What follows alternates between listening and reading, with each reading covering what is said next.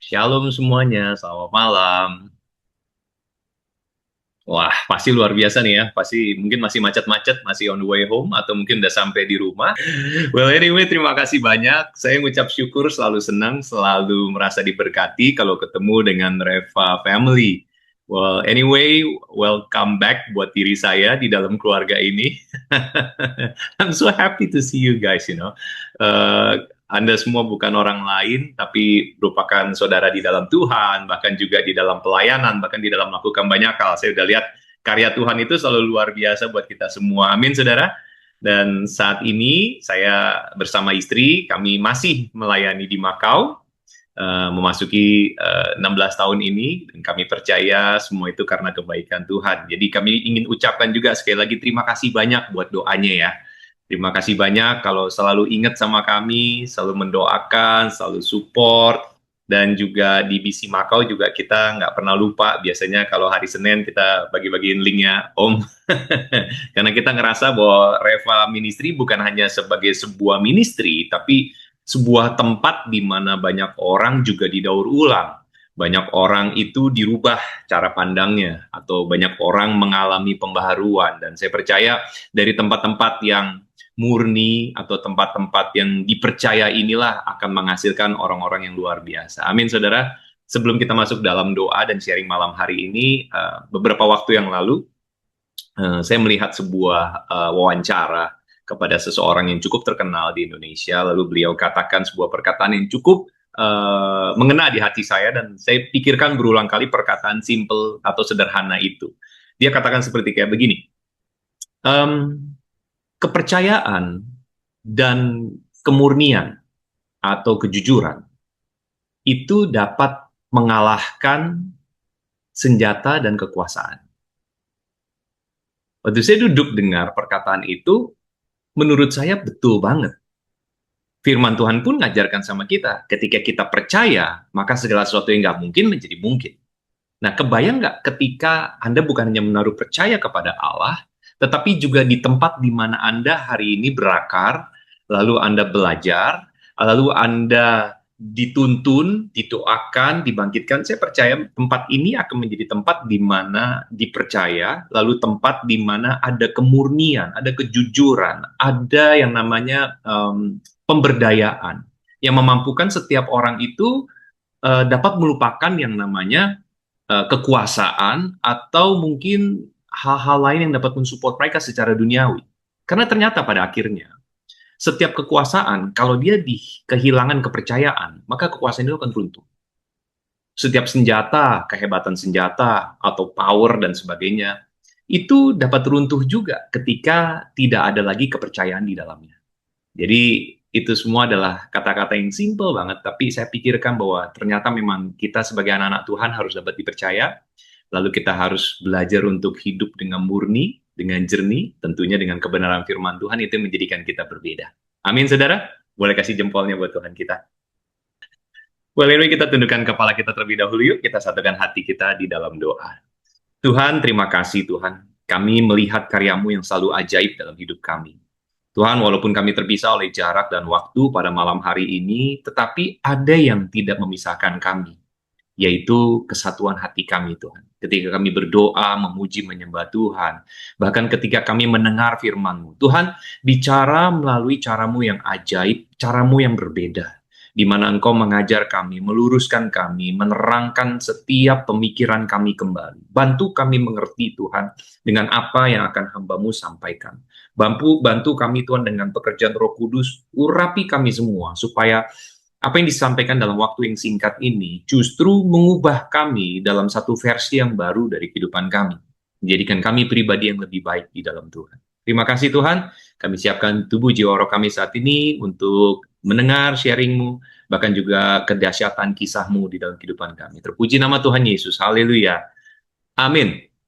Shalom, sekali lagi selamat malam semuanya, saudara yang kasih Tuhan. Bagi Anda yang baru pertama kali ketemu sama saya, nama saya adalah Pierre Roland Christie, dan saat ini saya melayani beserta istri saya di Battle Church Makau, tepatnya. Mungkin banyak dari Anda kenal Makau adalah tempat untuk berjudi, ya, atau tempatnya judi. Tetapi saya mau kasih tahu sama kita semua bahwa di tempat inilah juga ada menara doa, ada rumah doa, ada kesatuan hati, bahkan kita juga berdoa supaya karya-karya Tuhan itu terjadi di tempat yang paling nggak mungkin untuk terjadi sebuah pertobatan. Dan kita minta supaya Anda terus doakan kita, karena kita percaya bahwa tanpa saling support lewat doa dan sebagainya, kita nggak akan bisa bertahan melalui situasi yang menekan. Tapi bersama dengan Tuhan, nothing is impossible. Amin. Sering kasih Tuhan, malam hari ini saya mau sharing sama Anda nih. Saya udah disampaikan, dikasih kesempatan, dan malam hari ini saya mau bicara tentang the unstoppable.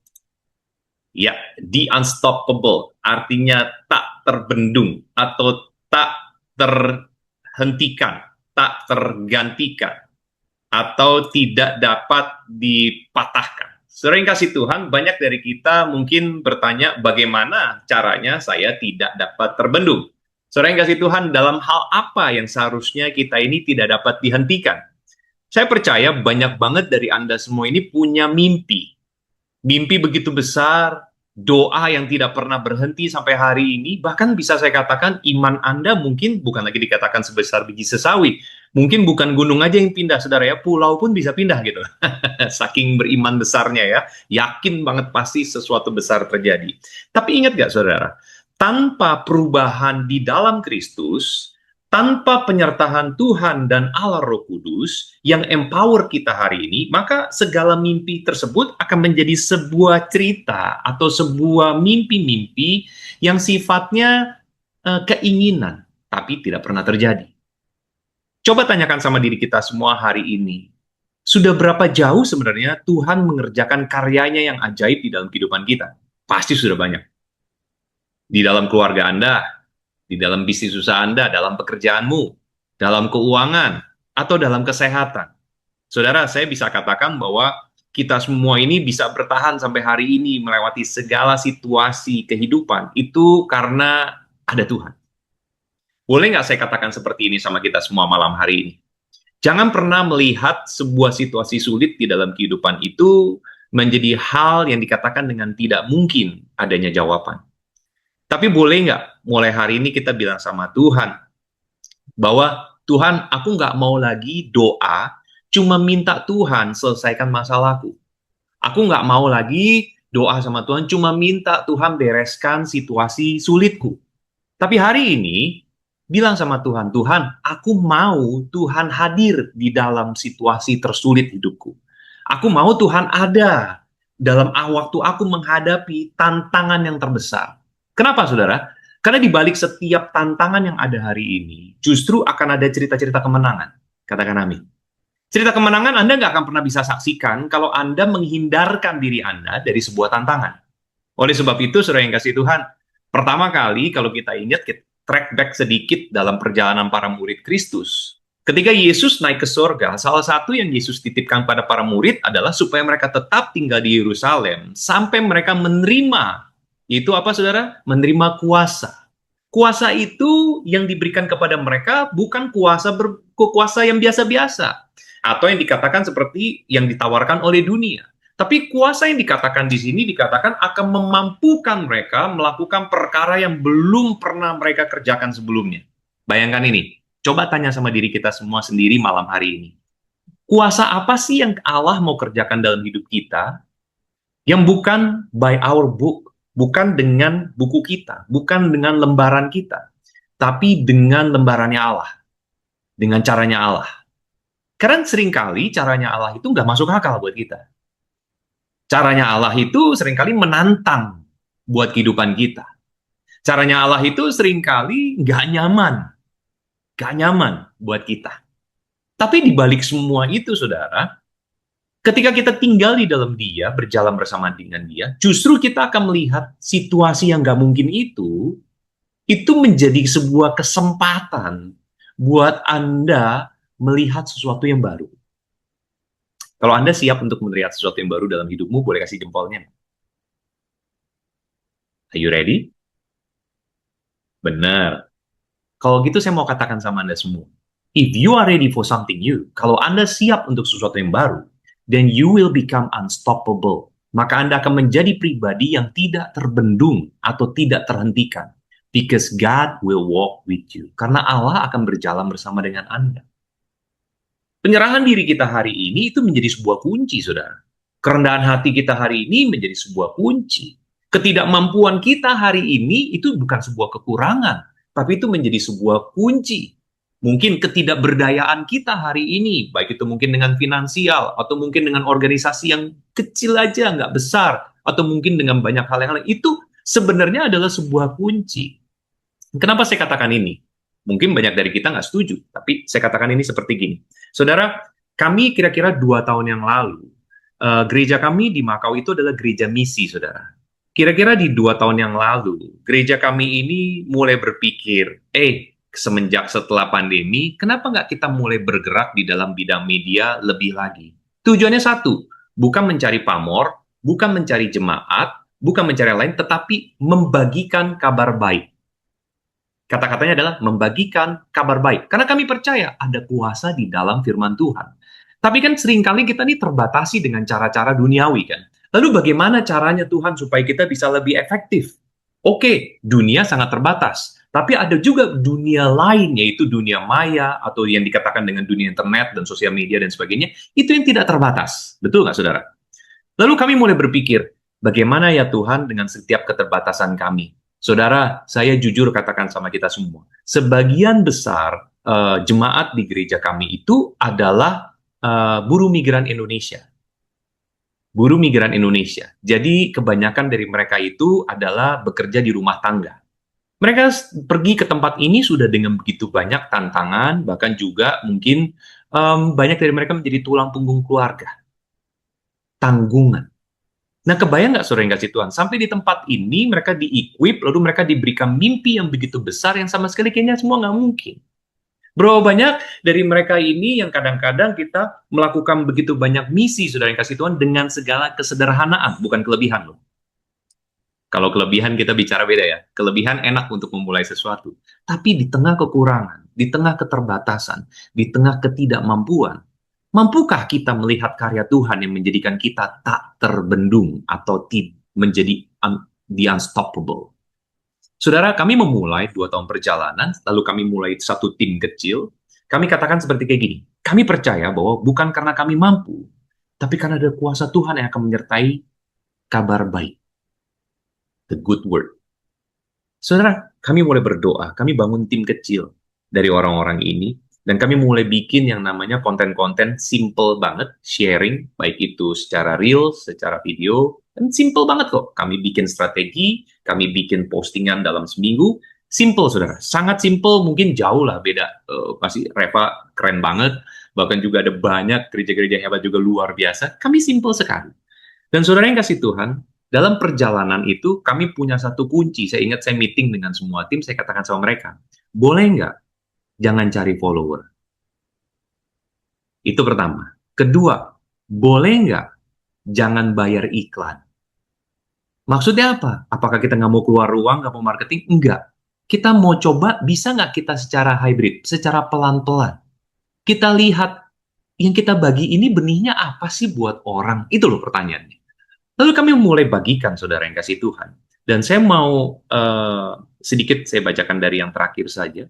Saudara yang kasih Tuhan, setelah perjalanan kira-kira beberapa bulan, kami memulai hanya dengan mungkin sekitar 150 orang. Dan hari ini, pertumbuhan dari sosial medianya itu sudah sampai hampir kira-kira hampir sekitar 18.500 orang. Nah, dari situ kami mulai penasaran, apa sih yang dilakukan, apa sih yang orang dengerin, apa sih yang orang mau tahu. Saudara yang kasih Tuhan, tahukah Anda bahwa setiap 30 hari, kami bisa reaching out sekitar 24.000 orang. Bahkan di dalam 90 hari, ini terakhir aja ya, 90 hari aja, itu kita bisa reaching out udah pasti 114.000, 115.000, sampai 120.000 orang. Artinya adalah, mereka nggak jadi jemaat kami. Gereja kami nggak tiba-tiba menjadi besar dengan 120.000 orang. Nggak tiba-tiba menjadi besar dengan begitu banyak orang yang melihat, mendengar, menjadi follower. Tidak. Tapi kami melihat bahwa apa? Bahwa kabar baik itu, firman Allah itu ya dan amin. Itu hidup. Dia tidak terbendungkan dan tidak terbataskan oleh kekurangan kami. Kami memiliki banyak kekurangan. Kami sangat terbatas. Tapi ternyata Allah tidak pernah terbatas. Kenapa saya mau sampaikan sama kita ini semua? Saudara yang kasih Tuhan, saya lihat, kalau saya lihat di professional dashboard-nya, saya bisa lihat bahwa sudah menjangkau bukan hanya Indonesia, tapi juga sampai di Makau, tapi juga sampai ke Eropa, sampai ke Amerika, sampai ke bangsa-bangsa yang lain. Memang mungkin mostly adalah orang-orang berbahasa Indonesia. Tapi yang saya maksudkan adalah ada beberapa banyak pelayanan yang tidak kami lakukan di tempat ini. Contohnya, kami tidak punya dewasa muda atau anak-anak remaja, saudara. Tidak ada pelayanan itu. Sekolah minggu ada, lalu orang-orang yang baru pertama bekerja, artinya usia yang cukup matang, sudah ada juga. Tetapi untuk anak-anak SMA, kuliah nggak ada. Tapi ternyata itu adalah listing pelayanan nomor 2 yang kami jangkau lewat pelayanan media. Apa maksudnya saya sampaikan ini sama saudara? Sekali lagi, bukan tentang jumlahnya, bukan tentang berapa banyak kita sudah bisa reaching out orang dalam setiap bulan. Tidak. Tetapi betapa efektifnya firman Tuhan itu untuk benar-benar masuk ke dalam kehidupan seseorang, merubah kehidupan orang, dan menjadikan orang-orang itu mempunyai kehidupan lebih baik. Kalau Anda setuju dengan saya, boleh kasih jempolnya atau kasih hatinya buat Tuhan kita. Amin. The unstoppable. Orang-orang yang tak terbendung. Saudara, saya sering sampaikan sama mereka. Kadang saya katakan gini, maaf ya, mungkin teman-teman di dalam gereja ini banyak sekali orang tidak memandang pekerjaan Anda sebagai pekerjaan yang bonafit. Karena Anda cuma kerja di rumah tangga. Mungkin Anda sepertinya tidak menghasilkan lebih hebat dari orang lain, atau karirnya tidak dimimpikan sama banyak orang. Tapi saya bilang sama mereka, tapi lihatlah, di tempat yang tidak terlihat oleh orang lain, pelayananmu saja itu sangat efektif. Apa yang kamu bagikan lewat firman, lewat konten yang cuma simple, itu ternyata bisa menjangkau puluhan ribu sampai ratusan ribu orang. Kamu tidak berdiri di atas mimbar. Kalian tidak mungkin berjalan masuk punya gereja yang mewah, yang megah, yang hebat. Mungkin kalian tidak punya donasi atau mungkin dana yang begitu besar untuk kita melakukan misi ini. Dengan segala keterbatasan kita, toh tiap bulan kita bisa menjangkau puluhan ribu orang. Tiap 3 bulan sekali udah pasti ratusan ribu orang terjangkau. Artinya adalah apa? Allah turut bekerja untuk mereka yang benar-benar hatinya attach sama Tuhan. Setuju, saudara? Setuju? Jadi Tuhan nggak lihat lagi background kita siapa. Tuhan nggak lihat lagi tentang apa kemampuan kita. Tetapi di mana kita sekarang hari ini dan apa yang mau kita lakukan di dalam perjalanan pelayanan kita. Nah, saudara yang kasih Tuhan, kalau Anda lihat di screen Anda, kita akan bicara tentang 3 hal pada hari ini. Kita akan bicara tentang 3 hal pada hari ini, yaitu tentang hal yang mengguncang dunia. Apa saja 3 hal ini di awal, supaya Anda tahu tracknya nanti akan saya bawa kemana. Pertama, tentang mujizat di pintu gerbang, tentang seorang lumpuh yang disembuhkan oleh murid Kristus. Lalu tentang 2 orang biasa, bukan 2 orang hebat loh, 2 orang biasa, para murid Yesus, yaitu Petrus dan Yohanes, yang mampu berbicara dengan berani di hadapan orang-orang atau pemimpin-pemimpin agama. Bahkan terakhir adalah bagaimana jemaat Tuhan yang tertekan, yang terdesak, justru dipakai dengan cara yang ajaib untuk melakukan pekerjaan yang luar biasa. Saudara yang kasih Tuhan, kita mulai yang awal, yaitu dengan pintu gerbang yang indah. Kalau Anda buka Alkitab Anda akan lihat, saudara yang kasih Tuhan, bagaimana perjalanan pertama, atau di dalam Alkitab Anda, di dalam Kisah Para Rasul, Anda akan lihat bagaimana ketika para murid sudah dipenuhi dengan Roh Kudus. Ingat, ada sesuatu yang berbeda. Di situ 120 orang berkumpul di loteng Yerusalem menantikan apa yang dijanjikan oleh Yesus. Dikatakan, engkau akan menerima kuasa ketika Roh Kudus turun ke atasmu, dan engkau akan menjadi saksiku di Yerusalem, lalu apa? Di Yudea, Samaria, bahkan sampai ke ujung bumi. Nah, saudara yang kasih Tuhan, kejadian itu sudah terjadi saat itu. Semua dipenuhi. Semua mempunyai karya yang ajaib. Petrus berdiri berkhotbah, 3.000 orang bertobat. Jadi ini lagi-lagi luar biasanya, mereka berapi-api. Lalu mereka satu hari, Petrus dan Yohanes berjalan menuju kepada rumah ibadah, saudara. Saat itu ada sebuah gate yang dikatakan, yaitu gerbang indah, saudara ya. Di depan situ tuh banyak sekali orang-orang lumpuh atau orang-orang yang duduk diam menantikan sedekah. Lalu ada seseorang ini, saudara yang kasih Tuhan, yang sudah cukup lama, umurnya sudah 40 tahun lebih menurut teolog Alkitab. Dikatakan dia sudah berumur 40 tahun lebih, semua orang tahu dia, karena dia selalu duduk di situ untuk meminta sedekah. Nah, yang lucunya adalah hari itu ketika dia melihat Petrus dan Yohanes datang untuk berdoa, kira-kira jam 3 pagi, jam 3 sore. Kenapa jam 3 sore, sore yang kasih Tuhan? Karena memang budaya di orang Yahudi saat itu adalah setiap jam 3 mereka akan datang untuk berdoa ya. Ada beberapa jam, ada jam 9, jam 12, dan sebagainya. Jadi ada the third hour, 6 hour, dan 9 hour. Nah, jam yang sore itu, jam 3 itu, dia datang ke sana dengan tujuan adalah untuk berdoa. Memang mereka sudah menjadi orang percaya, mereka sudah menjadi murid-murid Kristus, tapi ada sesuatu yang menarik, mereka masih punya budaya untuk datang ke sinagog saat itu. Dan saat itu juga, waktu dia, yaitu Petrus dan Yohanes datang ke tempat tersebut, ternyata ada seorang yang lumpuh ini, dan dia katakan, bolehkah engkau berikan sesuatu sama aku? Tiada ada yang lain. Orang ini, orang yang lumpuh ini, hanya meminta sedekah. Uang untuk dia makan. Dengar ini baik-baik. Uang untuk dia makan. Sebenarnya saudara yang kasih Tuhan, maaf kalau saya gambarkan, orang ini seperti kita semua sebenarnya hari ini. Kenapa saya katakan itu? Kita tidak lagi menunggu kuasa Allah bekerja dalam hidup kita. Yang kita butuhkan hari ini seringkali adalah bagaimana untuk membayar listrik, membayar kebutuhan keluarga, membayar sekolah anak, atau juga kebutuhan-kebutuhan yang lain dalam kehidupan yang begitu menumpuk. Sama seperti orang ini hanya butuh uang untuk makan. Tetapi dikatakan di situ, kalau kita lihat di screen saat ini, mungkin aku bisa minta tolong, Kak Erni tolong bacain nih di screen-nya. Kisah Para Rasul 3 ayat 6 BMK, tetapi Petrus berkata, saya tidak punya uang emas maupun uang perak, tetapi apa yang saya punya akan saya berikan kepadamu. Dengan kuasa Kristus Yesus, orang Nazaret itu, mulai sekarang kamu bisa berdiri dan berjalan. Amin. Ya, stop di sini dulu. Thank you. Di sini dikatakan bahwa saya nggak punya apa-apa buat kamu. Saudara, stop di sini dulu. Aku waktu bayangin ayat ini, aku bayangin diriku misalnya. Kalau aku di spot orang itu, berarti Petrus dan Yohanes itu bukan pusat jawaban dong. Lalu bagaimana dengan doa kita hari ini waktu kita berdoa sama Tuhan? Tuhan tolong dong, aku butuh ini, butuh itu. Tuhan tolong jawab ini, jawab itu. Ini adalah tantangan-tantangan yang kita lagi hadapi dalam kehidupan kita. Masalah yang lagi kita hadapi. Lalu seringkali Tuhan tidak memberikan yang kita mau. Benar nggak, saudara? Kayak, kok nggak langsung kejawab seperti itu ya? Tetapi justru dengan konsep yang lain, di situ dikatakan bahwa aku nggak punya yang kamu mau, tapi saya punya sesuatu yang lebih dahsyat dari itu. Yaitu dengan kuasa Kristus Yesus, orang Nazaret itu, mulai sekarang kamu bisa berdiri dan berjalan. Waktu dikatakan ini, saudara, maka orang itu pun ragu, saudara. Sampai diulurkan tangannya, dan orang itu dibantu untuk bangkit berdiri. Dengar ini baik-baik, dibantu untuk bangkit berdiri. Seringkali kita juga sama seperti orang lumpuh ini. Kita terdiam, terpojok, kita nggak percaya kalau Tuhan itu cuma jawab sesuatu yang nggak sesuai maunya kita. Tetapi ini yang terjadi.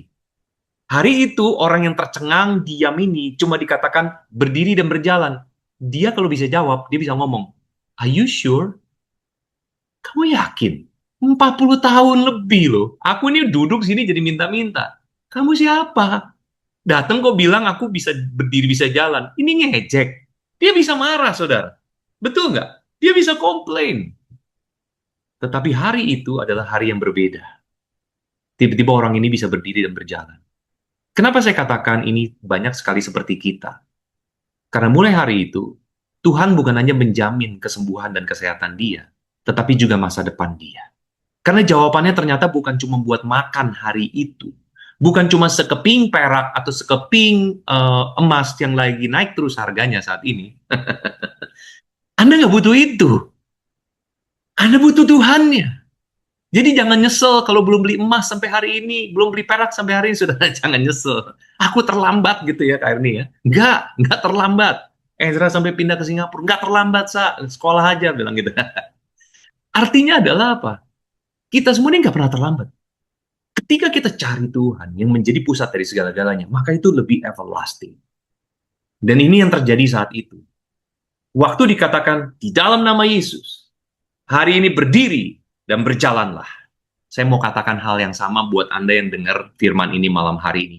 Bagi Anda saat ini mungkin lagi bingung, lagi kalut, lagi banyak khawatir, lagi banyak ragu-ragu, saya mau katakan sama Anda malam hari ini, bangkitlah, berdiri, dan berjalanlah. Ada kuasa Tuhan Yesus yang sudah menyembuhkan. Katakan amin. Yes. Kebayang nggak? Orang yang lumpuh ini, berarti selama dia lumpuh, dia nggak bisa bekerja. Dia nggak bisa berkarir. Dia nggak punya masa depan. Dia hanya mengandalkan orang.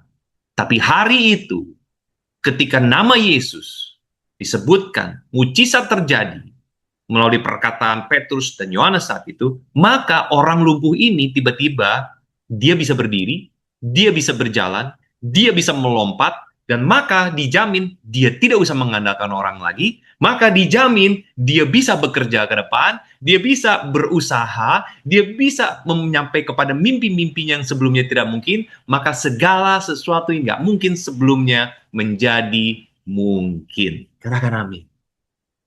Kasih hatinya dong buat Tuhan kita. Keren ya cara kerja Tuhan. Yang pertama saya mau katakan sama kita semua, oleh sebab itu poin yang pertama adalah ada bukti yang hidup kalau Tuhan itu mampu melakukan mujizat. Di dalam Kisah Para Rasul 4 ayat 14, boleh nggak? Tolong dibacakan kali ini, Kasih Resi bisa baca nggak? Kisah Para Rasul 4 ayat 14. Dan karena orang yang sudah disembuhkan itu berdiri di sana dan di sana bersama Petrus dan Yohanes, mereka tidak bisa berkata apa-apa untuk menentang kedua rasul itu. Ya, amin. Maksudnya apa? Saudara, apa yang terjadi saat ini? Di saat itu, Petrus dan Yohanes malam itu, karena mereka melakukan mujizat dan semua orang melihat mujizat ini, maka dikatakan di situ orang-orang, yaitu para orang-orang Yahudi ya, which is yang namanya ahli Torah, atau orang-orang Farisi, orang-orang Saduki, semua tuh nggak ada yang suka. Dan mereka punya yang namanya polisi di sinagog itu, saudara yang kasih tahu, untuk menangkap, artinya polisi agama ya. Jadi mereka menangkap kedua rasul ini dengan cara tidak berani secara terang-terangan, tetapi dibawa dan dihakimi, tidak di depan massa, tapi mereka punya pengadilan sendiri. Kenapa? Karena Anda bayangkan ini, kuasa Tuhan menyertai kedua rasul ini dan rasul-rasul yang lain, sebelumnya 3.000 orang sudah bertobat. Dan bayangin nggak, mereka ini lagi heboh-hebohnya dilihat semua orang. Dan tiba-tiba hari itu, semua orang melihat di depan pintu gerbang indah itu, dikatakan ada satu orang lumpuh, yang tadinya hidupnya udah nggak punya future. Semua orang tahu dia siapa, tapi tiba-tiba orang ini udah nggak jadi peminta-minta lagi. Tapi orang ini melompat-lompat, orang ini berlari-lari, memuji menyembah Tuhan. Jadi kenyataan. Mujizat masih ada sampai hari ini, saudara. Amin. Mujizat masih ada. Walaupun banyak orang bilang, aduh kapan yang bisa terjadi sama aku? Dengar, mujizat masih ada. And it will happen. Dan saat itu juga waktu mereka ditangkap, mereka tidak takut. Waktu mereka diadili, mereka tidak takut. Kenapa? Karena ada bukti nyata.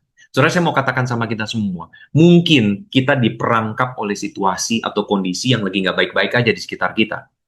Semua hal tidak bisa dikendalikan. Pekerjaan, bisnis, usaha, dolar yang lagi begitu tinggi, dan sebagainya. Mungkin keuangan kita harus mulai ngirit dan sebagainya. Mungkin sepertinya situasi nggak di pihak kita. Tapi saya mau katakan sama kita semua, memang situasi nggak harus di pihak kita kok. Lalu kenapa kalau misalnya keadaan atau kondisi sepertinya nggak nyaman? So what? Karena seharusnya seseorang yang sudah dipenuhi dengan Roh Kudus, dia akan dengan berani, dia akan benar bisa menyatakan bahwa apa? Bahwa kuasa Tuhan itu ada sama aku. Aku nggak takut akan apapun juga. Ada sesuatu yang luar biasa, saudara. Ketika Anda dan saya hari ini berjalan bersama dengan Tuhan, karyanya yang ajaib itu dilakukan melalui kehidupan Anda akan menjadi a living testimony. Kesaksian hidup. Orang yang berdiri bukan karena Anda mendengar firman habis saya ngomong, atau orang lain ngomong, atau kita mungkin sudah sangat diberkati selama ini lewat Om David dan semua orang yang sudah isi di tempat ini. Saya yakin kita diberkati. Tapi lebih dari itu juga. Oh, apa saudara yang kasih Tuhan? Anda yakin. Ya, tadi seperti di awal dikatakan, ada percaya, iman percaya. Membuat Anda yakin. Benar ya. Jadi next time Anda dengar firman Tuhan, Anda katakan, yes, it will happen to me. Akan terjadi untukku. Aku nggak akan takut, aku nggak akan gentar, sebab Allahku ada di pihakku. Dan itu juga yang terjadi waktu mereka di hadapan mahkamah agama, maka para pemimpin agama tidak bisa lakukan apa-apa kepada mereka. Saudara yang kasih Tuhan, mungkin saat itu kalau kita gambarkan, saat itu mungkin memang yang berkuasa adalah pasukan Romawi atau kekaisaran yang ada. Tetapi mereka tidak ngurusin urusan-urusan seperti ini, saudara. Jadi mereka mencoba untuk menghakimi Petrus dan Yohanes beserta orang yang sembuh ini, yang sebagai tanda ajaib ini, itu dengan cara tertutup, tidak terlihat siapapun, karena mereka takut. Mereka takut kalau sampai kedengaran kaisar juga, kalau sampai ini sampai naik ke atas, maka pasti beres semuanya. Kenapa? Karena kebenaran akan selalu menang. Saya katakan sekali lagi, kebenaran akan selalu menang. Tadi di awal saya katakan sama kita semua, yang namanya kemurnian, kejujuran, bahkan kepercayaan, itu dapat mengalahkan kekuasaan dan juga senjata. Bukan karena kita banyak uang, bukan karena kita banyak kolega, bukan karena kita banyak kenalan, tapi kita karena punya Allah yang hidup. Itu lebih dari cukup. Saudara yang kasih Tuhan, bukti yang hidup itu pasti ada sama kita semua. Lalu yang kedua adalah apa? Berani. Saudara bayangin nggak? Dua orang ini, mereka berdiri, mereka katakan, mereka bersaksi di hadapan mahkamah agama malam itu. Mereka katakan bukan hanya orang ini disembuhkan, tapi dikatakan bahwa keselamatan itu tidak terdapat di dalam seorang pun kecuali di dalam Dia, yaitu siapa? Yesus Kristus. Nggak ada orang yang bisa diselamatkan selain oleh Yesus Kristus. Kalau Anda setuju sama saya, kasih jempolnya, kasih hatinya. Saya yakin banget, pasti Anda setuju sama saya. Amin. Kita harus yakinkan diri kita malam hari ini sekali lagi bahwa, yes, I believe. Aku percaya. Tuhan, aku percaya. Aku yakin sekali. Saudara, siapa dua orang ini? Siapa Petrus dan Yohanes? Kita semua mungkin kenal mereka sebagai murid-murid Kristus. Tapi orang-orang tidak kenal mereka. Orang-orang cuma tahu dua orang ini adalah orang-orang yang pernah berjalan bersama Kristus. Pernah berjalan bersama Yesus. Saya mau tanya sama Anda semua malam hari ini. Menurut Anda, Anda jawab di kolom ya, atau kasih apa sih itu, emoticon or something boleh juga. Menurut Anda, apakah Anda yakin Yesus pernah berjalan bersama dengan Anda? Kalau iya, kasih jempolnya, kasih hatinya, atau mungkin jawab, ya saya yakin.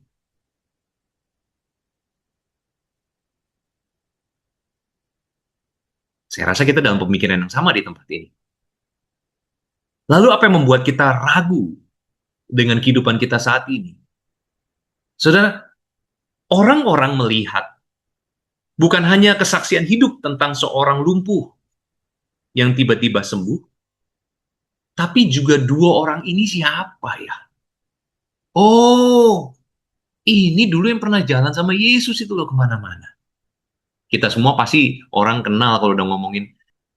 Dan bayangkan diri kita hari ini, saudara yang kasih Tuhan, Anda semua itu adalah orang-orang yang dikenal sama banyak orang sebagai orang yang berjalan bersama dengan Kristus. Wah. Maaf, saudara. Kalau dulu ya, zaman dulu, ini jujur ya, saya nggak mau ngomong negatif, tapi dulu kan kadang-kadang kita jalan sama orang terkenal bangga ya, jalan kenal sama pejabat bangga gitu loh, kenal sama ini. Tapi kayaknya sekarang berubah kali ya orang, orang lebih kayaknya maunya lebih kelihatan sederhana gitu loh, nggak mau terkenal-kenal dengan siapa dan sebagainya. Kenapa? Karena ada ketakutan dengan kesalahan dan sebagainya. Tapi bayangin nggak, kita nggak perlu kenal siapa-siapa kok. Tapi jadilah diri Anda menjadi orang yang membawa kabar baik dimanapun Anda berada. Pasti Anda akan berimpact. Anda tidak akan terbatas. Anda tidak akan terbendung oleh keadaan, oleh situasi, oleh ketidakmampuan. Sama seperti Petrus dan Yohanes. Mereka nggak bawa emas dan perak, saudara. Tapi bersama dengan nama Yesus, mujizat terjadi malam hari itu, pada sore itu. Amin. Berapa banyak kita yang setuju? Kasih jempolnya sekali lagi buat Tuhan kita. Haleluya. Oleh sebab itu sering kasih Tuhan, pertanyaannya lagi, kenapa kita bisa berani? Anda pernah tanya nggak sama diri Anda? Kenapa ya? Saya kok bisa berani dulu? Kenapa nggak lagi? Dengar ini saudara yang baik-baik. Pertama, pengalaman kita bersama dengan Kristus atau Yesus itu bukan pengalaman kemarin. Pengalaman Petrus dan Yohanes itu bukan kisah lama, tetapi kisah bersama.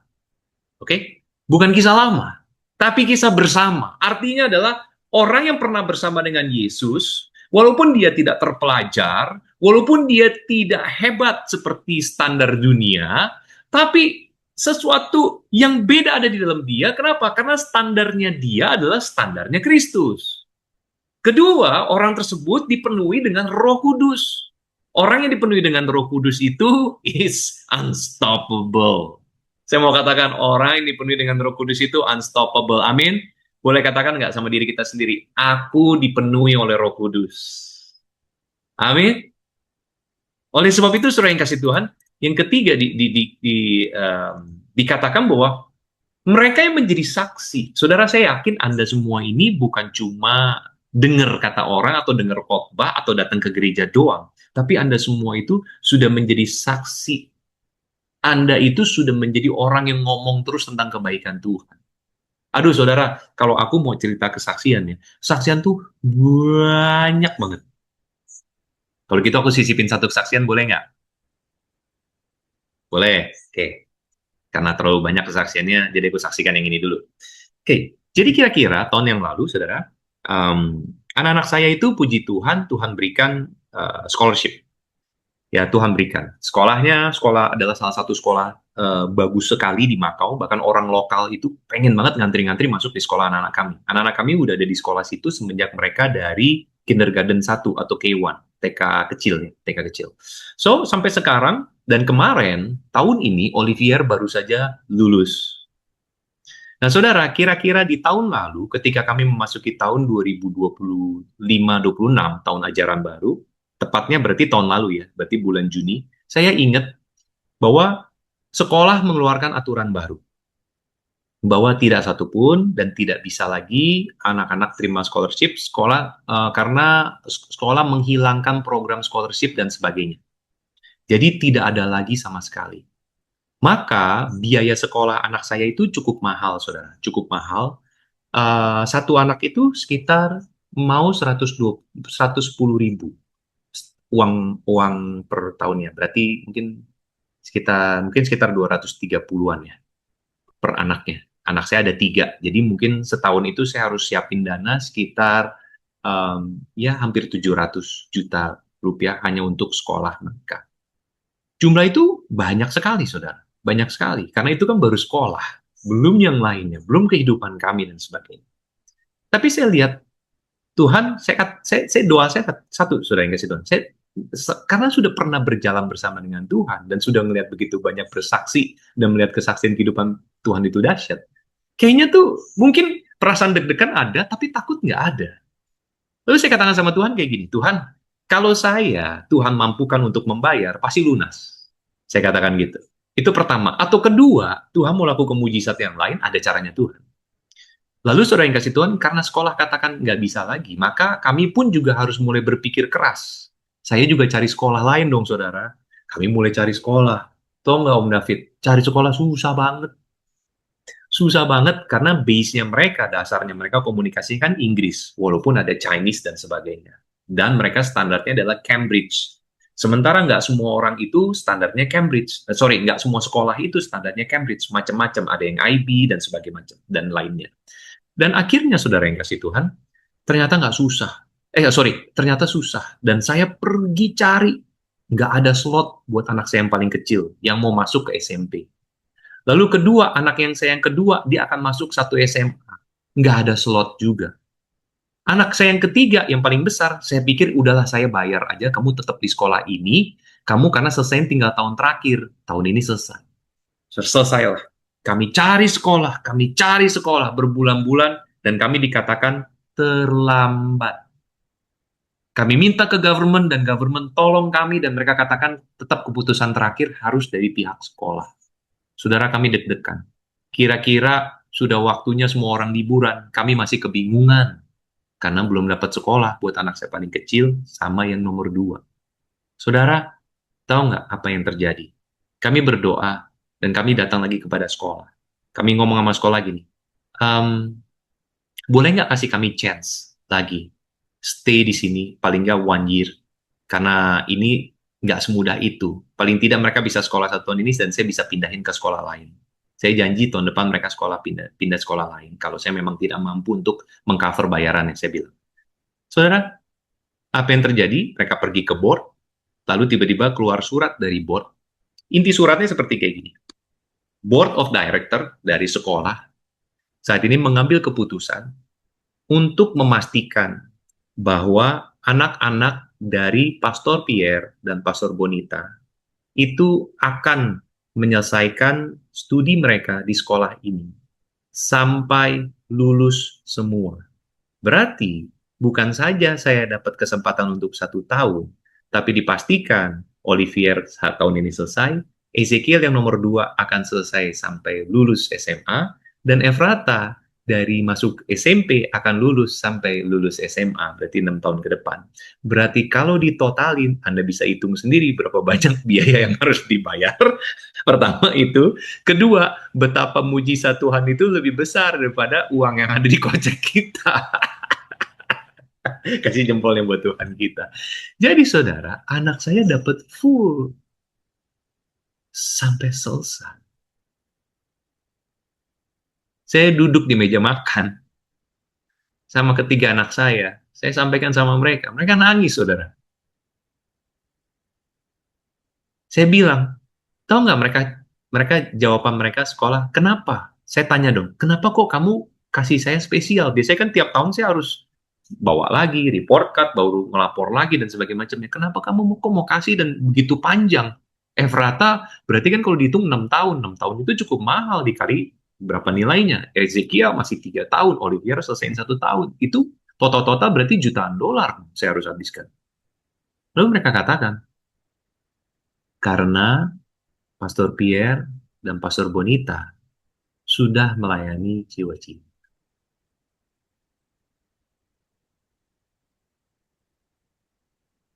Kami pengen kontribusi di dalam pelayanan kalian. Saudara, memang saya datang beberapa kali melayani di gereja, karena itu kan sekolahnya punya gereja ya, yaitu Anglican Church. Kami cukup dekat, kami melayani, biasa ada camp, ada apa segala. Tapi saya ngelihat yang saya layani di sini, kan sebagian besar waktu adalah buruh migran Indonesia, pembantu rumah tangga. Nggak ada urusannya sama sekolah mereka. Tapi mereka katakan, kami mau kontribusi di dalam pelayanan kalian. Simple. Karena kita jadi saksi buat kedahsyatan Tuhan. Bukan karena kita bisa, bukan karena kita hebat, tapi karena Allah kita luar biasa. Amin.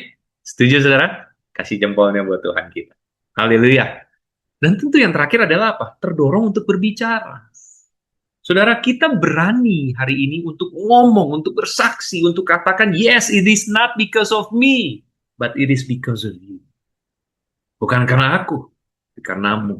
Oleh sebab itu tidak ada yang dapat membatasiku, karena kuasamu yang bekerja di dalamku lebih besar daripada roh yang ada di dalam dunia ini. Amin, saudara. Yang ketiga dan yang terakhir, kuasa Roh Kudus atau kuasa doa atau kuasa unity bersama dengan Kristus itu membuat kita unstoppable, tidak terbendung sama sekali. Saudara, dengarkan kisah ini.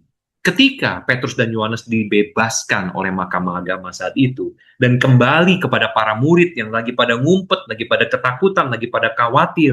Saudara, mereka lagi berdoa, dan ketika masuk ke tempat itu, Tiba-tiba saudara, di tengah tekanan yang begitu banyak, para murid itu melihat mujizat yang diceritakan oleh Petrus dan Yohanes, bagaimana mereka berdiri di depan mahkamah agama, bagaimana orang lumpuh disembuhkan, dan saat itu juga bukannya orang-orang itu ketakutan, kekhawatiran kalau mereka akan ditangkap atau mereka akan ditekan lebih lagi, tapi sebaliknya mereka berdiri dengan berani. Dikatakan di dalam Kisah Para Rasul 4 ayat 31, setelah mereka berdoa, goyanglah tempat mereka berkumpul itu, dan mereka semua dipenuhi dengan Roh Kudus, lalu mereka memberitakan firman Allah dengan berani. Berarti apa yang terjadi di loteng Yerusalem sebelumnya, ketika mereka dipenuhi dengan Roh Kudus, mereka berapi-api, terjadi kemudian bagaimana digoncangkan satu ruangan itu, karena apa? Karena tekanan begitu besar. Jadi saya mau bilang sama kita semua, kita harus suka sama tekanan. kita kita walaupun nggak suka, kita walaupun nggak mau, saudara, kalau bisa milih ya, lebih baik nggak usah lah, pastor, please lah, gitu. Kalau bisa Tuhan, biarlah cawan ini berlalu daripada aku. Tapi kalau Anda mau melihat mujizat, kalau Anda mau melihat keberanianmu muncul, kalau Anda mau melihat langkah yang baru dan bahkan pengalaman baru bersama dengan Tuhan, maka biarkanlah tantangan itu datang. Karena Anda nggak akan jalan sendirian. Tapi Tuhan akan berjalan bersama Anda. Amin. Amin, saudara. Takeaway untuk malam ini, sebelum kita tutup, ada 3 kebenaran dari apa yang kita pelajari. Itu pertama tadi apa, saudara yang kasih Tuhan? Ada bukti yang hidup. A living testimony. Ketika Tuhan Yesus benar-benar mengubahmu, hidupmu itu akan menjadi bukti sekali lagi, yang tak terbantahkan oleh kata orang, oleh situasi, oleh kondisi, oleh kesusahan, oleh ekonomi. Tidak. Kamu nggak butuh gelar. Kamu hanya butuh kisah kesaksian perjalananmu bersama dengan mujizat Tuhan itu. Kedua, kamu bukan orang-orang biasa yang biasa-biasa, tapi kamu orang biasa yang berani. Karena keberanian itu bukan sifat kepribadian. Itu adalah sifatnya Roh Kudus. Kamu yang sudah menghabiskan waktu bersama Yesus, itu dapat dilihat oleh orang. Bukan lagi kamu yang dilihat, tapi kuasa Tuhan yang menyertai dirimu. Dan yang terakhir apa? Kuasa doa dan roh yang tak terbendung. Saya yakin, saudara yang kasih Tuhan, dari tempat-tempat yang tertutup, dari bangsa-bangsa, sama seperti kesaksian saya tadi, dari tempat sebuah gereja misi kecil di Makau, yang dipenuhi dengan orang-orang yang hanya bekerja sebagai pembantu rumah tangga, atau asisten rumah tangga. Tapi ternyata toh, apa yang mereka bagikan kepada dunia dapat berimpact kepada puluhan ribu dan ratusan ribu jiwa. Kenapa? Karena ada kuasa yang tak terbendung. Ada api yang segar yang memampukan goncangan itu terjadi di mana-mana. Dan pada akhirnya, saudara yang kasih Tuhan, dengar ini baik-baik, saudara. Anda adalah orang-orang berikutnya. Roh Kudus yang sama yang sudah mengurapi Petrus, Yohanes, bahkan juga orang lumpuh tadi yang akhirnya bisa mempunyai kehidupan, itu juga akan menyertai saudara semua dengan karya ajaibnya Yesus, yang akan memenuhi karya-karya tersebut di dalam kehidupan Anda. Anda nggak harus dulu jadi pastor, Anda nggak harus dulu jadi punya mungkin diploma atau mungkin juga sarjana teologi dulu. Anda hanya butuh pengalaman berjalan bersama dengan Kristus. Itu yang akan membedakan Anda. Nah, malam hari ini saya yakin banget ini yang membuat kita berbeda. We can be the unstoppable. Not because we can, but because God can. Mari kita tundukkan kepala kita sebentar. Tuhan, kami percaya hamba selesai berbicara, tapi Tuhan gak akan pernah berhenti membangkitkan iman anak-anakmu dimanapun mereka berada. Malam hari ini hamba berdoa, Tuhan, apapun situasi yang sedang dilewati oleh anak-anakmu, dengar baik-baik. Itu akan menjadi alat untuk engkau mengalami kemenangan yang baru. Nantikan tantangan itu. Jangan lari dari hadapannya. Tapi katakan, Tuhan hadirlah bersama denganku. Maka aku akan mempunyai cerita kemenangan melalui ini semua. Maka Tuhan memberkati kehidupanmu, pekerjaanmu, keluargamu, keuanganmu, kesehatanmu pun. Bahkan apapun yang kau kerjakan dengan tanganmu menjadi beruntung dan berhasil. Dan semuanya memuliakan nama Tuhan. Tuhan memenuhi karyanya yang ajaib dalam kehidupanmu. Ketika engkau tetap tinggal di dalam Dia, berjalan bersama dengan Dia, maka kuasa Kristus itu dinyatakan dalam hidupmu. Terpuji nama Tuhan Yesus. Tuhan berkati Reva Ministry, Om David, beserta keluarga yang saat ini ada di Melbourne, sertai, lindungi, berkati senantiasa. Bahkan semua teman-teman yang lain ada Reva Ministry yang percaya Tuhan. Melalui tempat ini Tuhan, akan ada orang-orang yang sangat-sangat unstoppable dalam apapun yang mereka kerjakan untuk muliakan nama Tuhan. Terpuji nama Tuhan Yesus. Haleluya. Amin.